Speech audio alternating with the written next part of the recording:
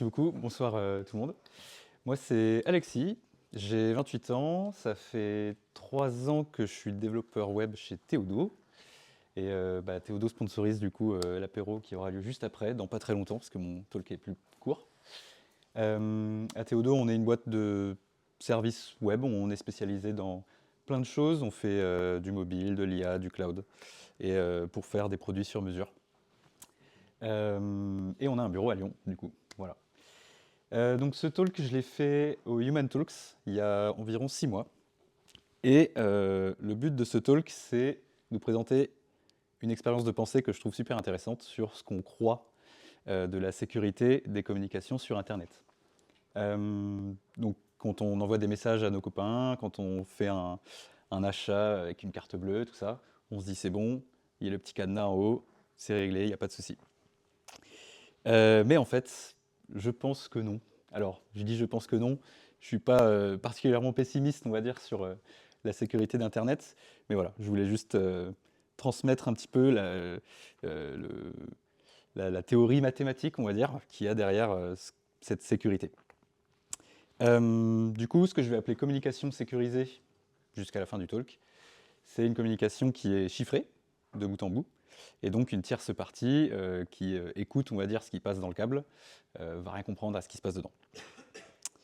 Un exemple de chiffrement asymétrique, on va dire, pour rappel, pour ceux qui ne savent pas.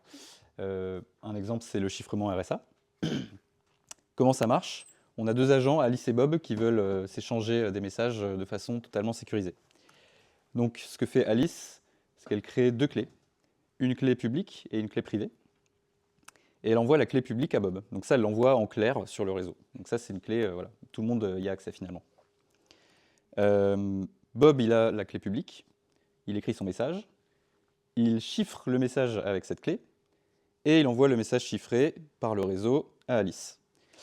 Alice, elle, c'est la seule à posséder la clé privée, donc elle s'en sert pour décrypter le message, et voilà. On a un tunnel super sécure entre deux personnes qui veulent communiquer de façon sécurisée. Imaginons maintenant qu'il y ait un hacker, un troisième agent. Donc voilà, Bob et Alice et le réseau qui est entre deux, schématisé par cette flèche. Et un hacker qui trouve le fil qu'il y a entre leurs deux ordinateurs et qui commence à écouter ce qui passe. On a vu juste avant que Bob, en fait, il chiffre son message avec une clé. Et donc, ce que va voir le hacker, c'est un mélange de chiffres et de lettres qui ne veulent rien dire, parce qu'il n'y a que Alice qui a la clé privée qui permet de décrypter ce message. Mais du coup, ce qui passe dans le réseau, c'est un truc qui ne veut rien dire. C'est des chiffres et des lettres qui sont totalement aléatoires. En pratique, dans le cadre du chiffrement RSA et en fait dans tous les chiffrements asymétriques qui fonctionnent à peu près comme ça, on a une clé publique et une clé privée qui sont générées par le même processus. Elles sont évidemment liées parce qu'il n'y a qu'une clé privée qui correspond à une clé publique. Donc c'est forcément le même processus mathématique, on va dire, c'est des calculs qui permettent de générer ces deux clés.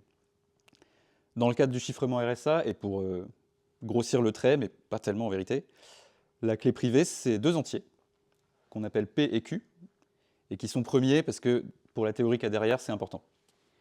Donc ça, c'est la clé privée. Et la clé publique, c'est un entier N, qui est simplement le produit, donc la multiplication, de P et de Q. Donc ce qu'on a vu avant, c'est que Alice, elle a créé la clé publique et la clé privée, et elle a envoyé la clé publique par le réseau à Bob, en clair. Donc le hacker, il a accès au message chiffré, mais il a aussi accès à N, cette clé publique qui permet de crypter le message, mais qui ne lui permet pas vraiment de décrypter, donc ça ne lui sert pas à grand-chose. Mais il a ces deux informations-là. Donc on considère ça comme sécurisé parce que même si la clé publique passe en clair sur le réseau, c'est impossible, entre guillemets, notez bien les guillemets, de retrouver la clé privée qui permet de déchiffrer le message. Même en connaissant la clé publique, ça ne sert à rien en fait. C'est impossible de retrouver la clé privée qui permet de déchiffrer.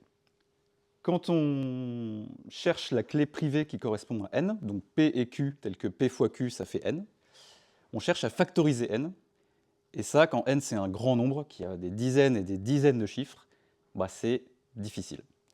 Et c'est vraiment sur ça que se base la sécurité des communications, c'est que factoriser des nombres très grands bien sûr, c'est difficile.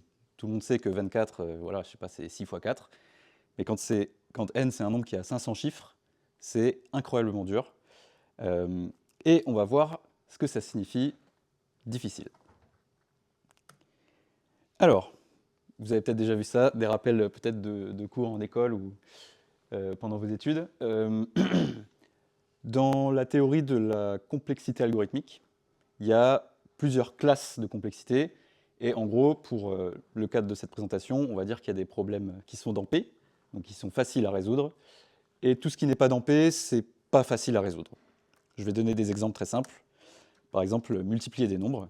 Donc si je vous donne deux entiers, pardon, deux entiers, même très grands, qui ont chacun 200 chiffres, les multiplier, un ordi n'aura pas trop de mal à faire ça.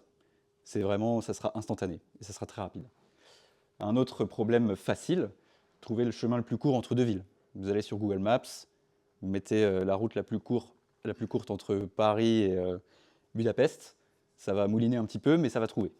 Ça va trouver en un temps, on va dire, acceptable pour nous humains, qui faisons la requête. Il y a des problèmes qui ont des applications dans la vie réelle qui ne sont pas faciles à résoudre. Donc par exemple le voyageur de commerce, j'y reviens juste après, et factoriser des nombres. Donc quand on a un entier de 500 chiffres, trouver ses facteurs, donc trouver deux entiers P et Q tels que P fois Q ça fait N, c'est dur. Donc c'est pas dans P. Et ça, c'est une théorie qui est, on va dire, en mouvement, parce qu'il y a des problèmes en fait, qu'on considérait comme difficiles à résoudre, mais qui en fait étaient pas si difficiles que ça à résoudre. Donc, par exemple, en 2002, donc très récemment finalement, il y a un papier de recherche qui est sorti sur le problème du test de primalité. Le test de primalité, c'est je donne un nombre, dis-moi si le nombre est premier ou pas. Au début, on pensait que ça, c'était difficile et que ça prenait forcément du temps et que c'était pas dans P. Mais en fait, voilà, il y a des chercheurs qui se sont posés la question, enfin il y en a plein d'ailleurs avant eux qui l'ont fait, mais eux ont fini par trouver, ces 3 chercheurs indiens en 2002, qui ont sorti un papier qui a fait un grand tonnerre dans ce petit monde-là.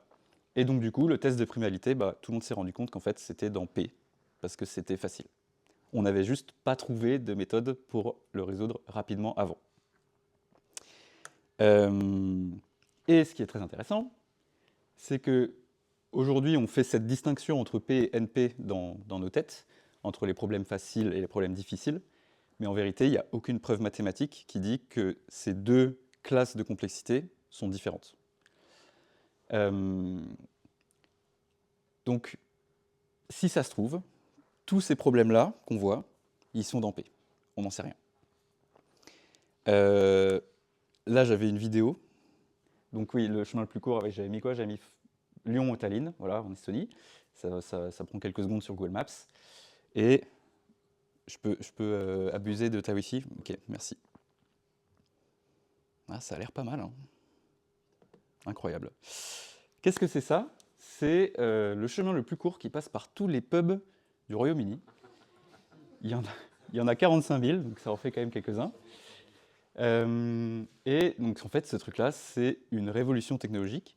C'est sorti il y a quelques années par l'université de Waterloo, au Canada. Et c'est le résultat de recherches et de calculs distribués absolument monumentaux. Vraiment, il y a eu des années et des années de CPU pour trouver ce chemin-là et prouver que c'est vraiment le plus court. Voilà, bon, ça a une application évidente, bien sûr. Voilà, ça c'est fait. Hop. C'est pas du tout ce que je voulais faire. Nickel. Donc, le voyageur de commerce, en fait, c'est le problème qui cherche à... étant donné des villes et des chemins entre ces villes, on veut passer par toutes les villes de ce réseau-là. Donc, c'est des problèmes qui sont résolus par, je sais pas, Amazon tous les jours, en fait, pour livrer les trucs au dernier kilomètre. Qu'est-ce que j'étais en train de dire? Pardon. Ouais, donc c'est un problème difficile qui a des applications, mais du coup, ça veut pas dire que c'est impossible à résoudre. Les chercheurs de Waterloo l'ont fait sur une instance à 45 000 villes, donc il y a beaucoup, beaucoup de possibilités, et ils ont quand même trouvé le chemin le plus court qui passe par tous ces peuples-là. Donc difficile, ça ne veut pas dire impossible. Si on revient à notre problème de Alice et Bob, qui s'échangent du coup des messages avec clé publique, clé privée, en fonction de la longueur de la clé qu'Alice choisit, en fait, un hacker, avec toutes les mathématiques qui existent, la théorie mathématique qui existe en 2024, et les possibilités de calcul distribué, aujourd'hui, si la clé fait 829 bits, un hacker mettra 2700 ans. C'est arrivé. C'est arrivé il y a quelques années. Il y a des mecs qui se sont penchés sur la question, qui ont pris tous les data centers qu'ils avaient dans leur école pour bourriner, bourriner, bourriner, et finir par craquer une clé de 829 bits. Aujourd'hui, le RSA, on utilise plutôt des clés de 2048 ou 4096 bits. Et donc là, évidemment, on n'a jamais réussi à craquer ça, même avec tout le computing power imaginable. C'est quelque chose qui n'a jamais été fait actuellement. Donc difficile, ça veut dire que ça prend du temps, mais ça veut aussi dire qu'on n'a pas encore trouvé de manière rapide de le résoudre. Et ça ne veut pas dire qu'on ne trouvera jamais de manière de le résoudre. On l'a vu avec le test de primalité, on a très longtemps cru que c'était un problème difficile selon la théorie, et on s'est rendu compte que non. Et du coup, qu'est-ce qui nous empêche de croire que ce n'est pas pareil pour tout ce qui permet de sécuriser les communications sur Internet. Donc ça, c'est ce que je viens de dire. Et donc factoriser des nombres, c'est peut-être facile. C'est vraiment ça le message de ce petit talk, c'est que la sécurité qui se cache derrière toutes nos communications sur Internet, en fait, c'est difficile parce qu'on ne sait pas. On ne sait rien du tout sur ces problèmes. On n'a juste pas trouvé de méthode algorithmique rapide qui permet de craquer ces clés. Voilà ce qu'on appelle la sécurité sur Internet. Personnellement, je pense quand même que c'est sécurisé, mais voilà, la théorie qu'il y a derrière, c'est quand même pas grand-chose. Imaginez que vous vous leviez demain matin avec une épiphanie, et paf, vous savez comment factoriser des nombres énormes en un rien de temps. On peut s'imaginer plein de choses. Vous pouvez craquer la Wi-Fi du voisin. Vous pouvez aussi changer la face du monde totalement en fonction de, on va dire, l'agence de renseignement que vous allez voir pour leur parler de votre trouvaille. D'ailleurs, si on revient à P égale NP, P versus NP, parce qu'on n'a pas prouvé que les deux étaient vraiment différents, vous savez sûrement que c'est un problème à $1 million. Il y a un institut aux États-Unis qui donne $1 million si vous trouvez la réponse, même si vous prouvez que P est différent de NP d'ailleurs, parce qu'une fois encore, on n'en sait rien. Mais du coup, en attendant, il y a un des chercheurs de ce sujet-là aux États-Unis qui s'appelle William Gazarch et qui conduit de temps en temps un petit sondage auprès d'autres chercheurs du même milieu pour savoir ce qu'ils pensent de P versus NP. Donc il l'a fait en 2002, et en 2002, 61% des chercheurs, donc quand même sélectionnés, triés sur le volet, pensaient que P était différent de NP, donc c'était vraiment, il y avait des problèmes effectivement difficiles qu'on ne peut pas résoudre rapidement. En 2012, c'était 83%, et en 2019, c'était 88%. Donc cette slide-là, elle ne veut rien dire, parce qu'on a juste demandé à des chercheurs, alors certes, ils s'y connaissent, mais ils ne savent pas si P est différent de NP, donc ils ne savent pas s'il y a des problèmes qui sont effectivement difficiles, c'est juste là, on leur a demandé ce qu'ils en pensaient. Et donc, si on se fie à ce qu'ils en pensent, 88% d'entre eux disent qu'il y a bien des problèmes qui sont vraiment difficiles et qu'on ne craquera jamais. Voilà, c'est tout.